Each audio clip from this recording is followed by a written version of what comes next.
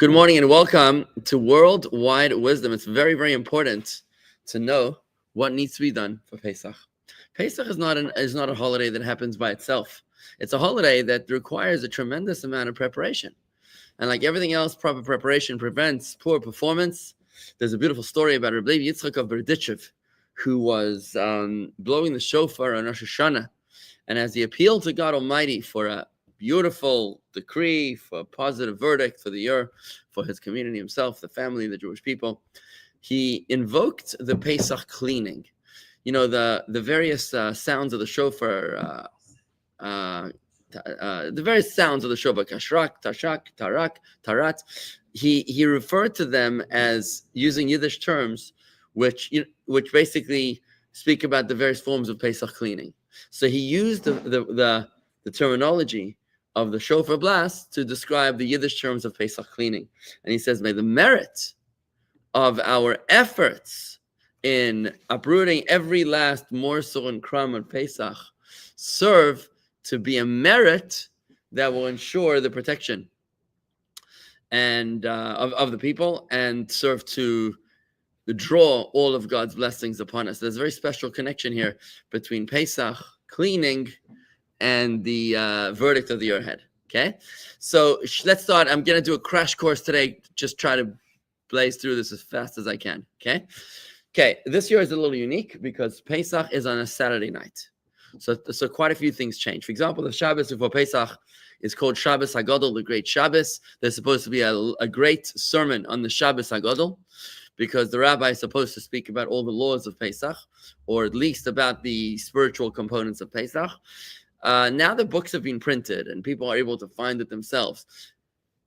Pretty much what I'm doing now is what we're supposed to be doing, which is speaking about the holiday in advance of the holiday, so people can find it, locate it. You know, if you only were able to learn something when you went to meet the rabbi in person, then the rabbi would talk to everybody at one time.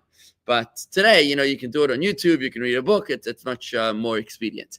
So the drasha, the big speech of Shabbos HaGadol, is supposed to be the Shabbos before Pesach this year. So it's actually the Shabbos, which is a full week before the festival, because by the time they hit Shabbos HaGadol this year, the actual Shabbos before Pesach, it's that night. So there's no time to prepare. So whatever the rabbi is going to teach them, they're not going to have any time to prepare. So that's where you go a week before. The fast of the firstborn this year is actually 2 days earlier. We spoke about this yesterday, and there was an interesting question that came up. When do we do the fast of the firstborn? It's supposed to be the morning of the Seder. So you can't fast on the morning of the Seder because it's Shabbos. You can't fast on the day before that because it's Friday. You don't normally fast on a Friday. So this year we fast on the Thursday, which is 2 days before the fast of the firstborn. Important to know that, right? Checking of the chametz is normally the night before the Seder. This year, that's a Friday night. You can't do that.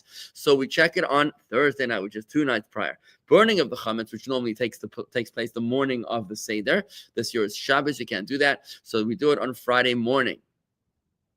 Now, the time of the burning of the chametz, I believe in our calendar here in Palm Beach Gardens, is approximately 12:17 p.m. on Shabbos day. But now you can't make a fire on Shabbos day.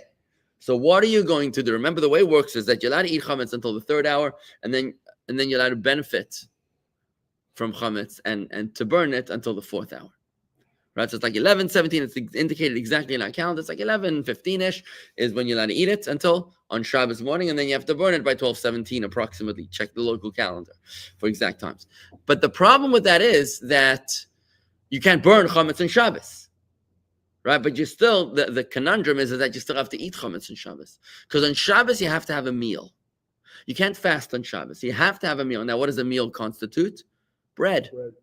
But you can't eat matzah for 30 days before the Pesach. And you can't eat chametz past 11:15 a.m. approximately. So what are you going to do? That's the answer. So the answer is like this. Here's what we do. First of all, in our shul, the way we do it is, and in all shuls around the world, is that you eat the kiddush earlier. It's like we do on Simchas Torah. If you remember on Simchas Torah, we make kiddush before Torah reading. Why do we make kiddush before Torah reading on Simchas Torah day? Because we're dancing with the Torah. On Simchas Torah, we dance with the Torah when? We dance with the Torah before the Torah reading. And we don't want to have dry Torah dancing. You want to have lubricated Torah dancing with a little l'chaim.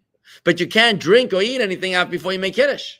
So if you're waiting until after Musaf, until after the morning service, in order to make Kiddush, you're going to be dancing, running on fumes. So what do? We make an early Kiddush before Torah reading, on Simchas Torah. Then we dance to the Torah with l'chaim, and then we read Torah, and then we do Musaf, and then we go home for lunch, right? So that's the same thing that we do on Shabbos, Erev Pesach, which falls out when the Seder's on a Saturday night. We daven in the morning, Shabbos morning, 9:30 regular time. At 10:30, instead of Torah reading, what we're going to do is Kiddush. 10:30, eat Kiddush. But it's going to be an abridged Kiddush because by 11:15, you can't eat anymore, right? And still, it's in the middle of the service. So we'll go outside, we'll make Kiddush. It'll be just 2 chalas, and everybody will have a taste of a little bite of 1 chalas. You fulfill the mitzvah of Shabbos Kiddush, of lunch. But at the same time, you want to make sure that you ate every last morsel of the bread that was given to you. Because you can't just leave it on the table and wait for the cleaning lady to throw it away, because it's Erev Pesach, and you can't burn the chametz today because you can't make a fire on Shabbos. So you want to make sure that you digest it all. And if all the chametz is digested, we're good. So we only order enough bread to be less than what is needed by the whole congregation. And that way, everybody eats a little piece. It's good. We're done. And then at 11:15, we go back into the shul for Torah reading and for Musaf, and then we go home for lunch. It's interesting. It's a reminiscent of the Korban Pesach, the Paschal offering. What was the Paschal offering? What happened? Now, we don't really have to worry about this today when we don't have Mashiach here, but soon we will, God willing, this year. What happens is, at your Passover meal, you worry about exactly who's around your Pesach table. When it comes to your Seder table, you're very concerned about who's around the table, Seder table. For starters, you only want to have enough people that are going to eat the Paschal lamb without leaving a morsel over, because it's a biblical prohibition to have leftovers of your Paschal lamb. Every morsel of meat has got to be finished off of that lamb or goat before midnight. And that's the crowd that you got to be inviting. So you can't have too many people. You can't have too few people. You have too few people. What happens? Big eaters. Yeah, you got to either get a bunch of hungry teenagers, or you got to make sure that you have enough people to fill the crowd. Also, by the way, you got to make sure you can't have any non-Jews. Can't have any non-Jews at the Seder. Can't, because the Paschal lamb can only be eaten by Jews that have been brised. It's another biblical prohibition. Yeah, that's what it says in the Torah. Only the Jews are allowed to eat the Paschal lamb. But we don't usually have left. I said, when Mashiach comes, right? When Mashiach comes, then we will have to offer a Paschal offering in the temple in Jerusalem. And when you do that, you're going to have to make sure to finish the Paschal lamb or goat before midnight on the Seder night. And only Jews are allowed to eat from it. So you're not allowed to have a non-Jew around the table. It's a family thing, you know what I mean? That's not racist or anything. It's just that, this is for our family. It's a personal tradition. I got to tell you, I don't like, sometimes non-Jews come to our Seder because they want to view. They want to view. And it's not a museum. This is not, you know what I mean? It's not a viewing. It's my family. It's our family, It's not the time for viewing, right? So it's important to understand that, right?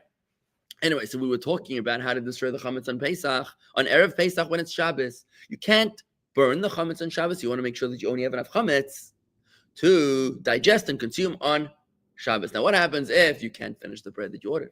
Maybe, I don't know, the caterer sent in 48 chalas or something, and you're like, what are we going to do now? Right? So if you notice it on Shabbos, what you got to do is you got to go to the toilet and you got to flush. You got to flush it down the toilet, because in the toilet, at least it gets. And then you call the computer. You call the plumber, yeah. Maybe not all at the same time. Yeah. Okay. Then, now you got to burn the chametz. There's a mitzvah to burn the chametz, but you can't burn it on Shabbos. When you do the burning of the chametz, you do it on Friday at the same time. Friday at the same time, which is at the end of the 4th hour, which is 12:17 here in Palm Beach Gardens. What happens if you miss that time? Normally on Erev Pesach, if you miss that time, it's a terrible thing, because you missed the time and now you can't burn the chametz anymore. But because it's actually more than 24 hours before Pesach, you actually technically are allowed to burn the chametz until the rest of the day, until Shabbos, right? But we try to stick to the 4th hour, which is the tradition.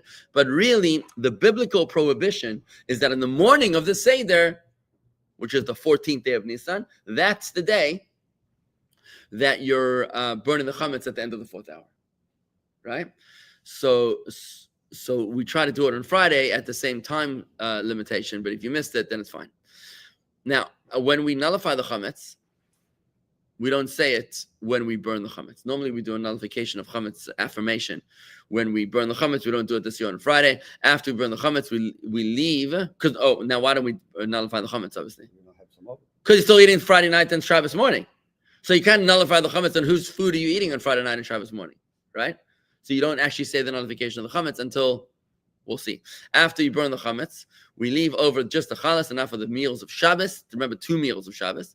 The selling of chametz takes place one day earlier on Friday. Normally, the selling of chametz takes place in the morning of the Seder, where the rabbi will go to meet with the Gentile, a special Gentile that is familiar with the law, of where we take all of the chametz that was sold to the rabbi. And I hope everybody's selling your chametz, filling out the forms. You can go online to jewishgardens.com/set me free, or just ask at the office or at the front desk over here. You can sell your chametz. It's very, very important just to fill out the form, so that way you don't own the chametz in Pesach. And then the rabbi will sell it to the Gentile on Erev Pesach. Problem is you can't do a sale on Shabbos. So again, we'll do that on Friday. On Shabbos morning, we daven early. We finish eating the chalas before the time of the prohibition. The actual meals of Shabbos should be Pesach-dik. Because what happens if the meals of Shabbos are leavened fermentation or chametz-dik? Then you got a problem, because what are you going to do with the leftovers? You can't even wash the dishes, right? Nullifying the chametz is recited twice, once after checking the chametz on Thursday night, and a second time would normally be when you burn the chametz. You don't do that. You don't nullify the chametz at the burning of the chametz because you're still eating. So the second time you say the nullification is after eating the challah on Shabbos morning, after the kiddush. When we end the kiddush, we bench, and then we say the nullification of the chametz. Any leftover chametz should be flushed down the toilet on Shabbos before the time of the prohibition before the final time of burning the chametz. Yes, Toby. Who's going to sell the chametz? You're not going to be here. No, I take care of it. Don't worry about me. I'll take care of it. You sell it to me, it's all taken care of. Wherever I'll be, I'll take care of it. You cannot eat chametz or matzah in the Shabbos afternoon meal. You're supposed to have a meal on Shabbos afternoon. Now, you can't eat matzah. So what do you do for motzi? Hang on. Hang on. You can't eat matzah Erev Pesach. Remember, for 30 days. You can't eat chametz because it's after the time of the 4th hour. So what do? Shabbos afternoon meal does not have to be on bread. It could also be on fruits. And that's pretty much the only thing you can eat on Erev Pesach in the afternoon. So that's what you eat. The Seder plate should be prepared from Erev Shabbos, because you don't want to prepare on Shabbos for Yontif. So before Shabbos, you want to prepare the Seder plate, and no preparations for the Seder may begin on Shabbos itself, right? So let's talk about preparing for Pesach. The first preparation for Pesach is to ensure that everyone else has what they need for Yontif. It's more important to ensure that other people have what they need for Yontif before we take care of ourselves, even though the tradition of mois chita means food for wheat. You're supposed to give, or money for wheat. You're supposed to donate money for the poor so that other people have what they need for Pesach. So originally this started as a fund to provide matzah, food for wheat, for others. Nevertheless, in latter generations, we expand that to include all the needs of Yontif. We want to ensure that other people have everything that they need for the Seder, everything that they need for Yontif. If someone has a need, they should let us know. If you'd like to donate to this fund, please donate to the shul, and we will appropriate the funds. Okay? We also want to make sure that everybody is able to get a matzah, a proper kosher matzah that they can that they can eat at the Pesach Seder. And that would be the round shmura matzah, which should be on your Seder table. We over here at the shul give it to all of our members, and we then give another box for our members to give to their friends to pass it forward. If you didn't yet receive your matzah, please make sure to receive it on the way out here today.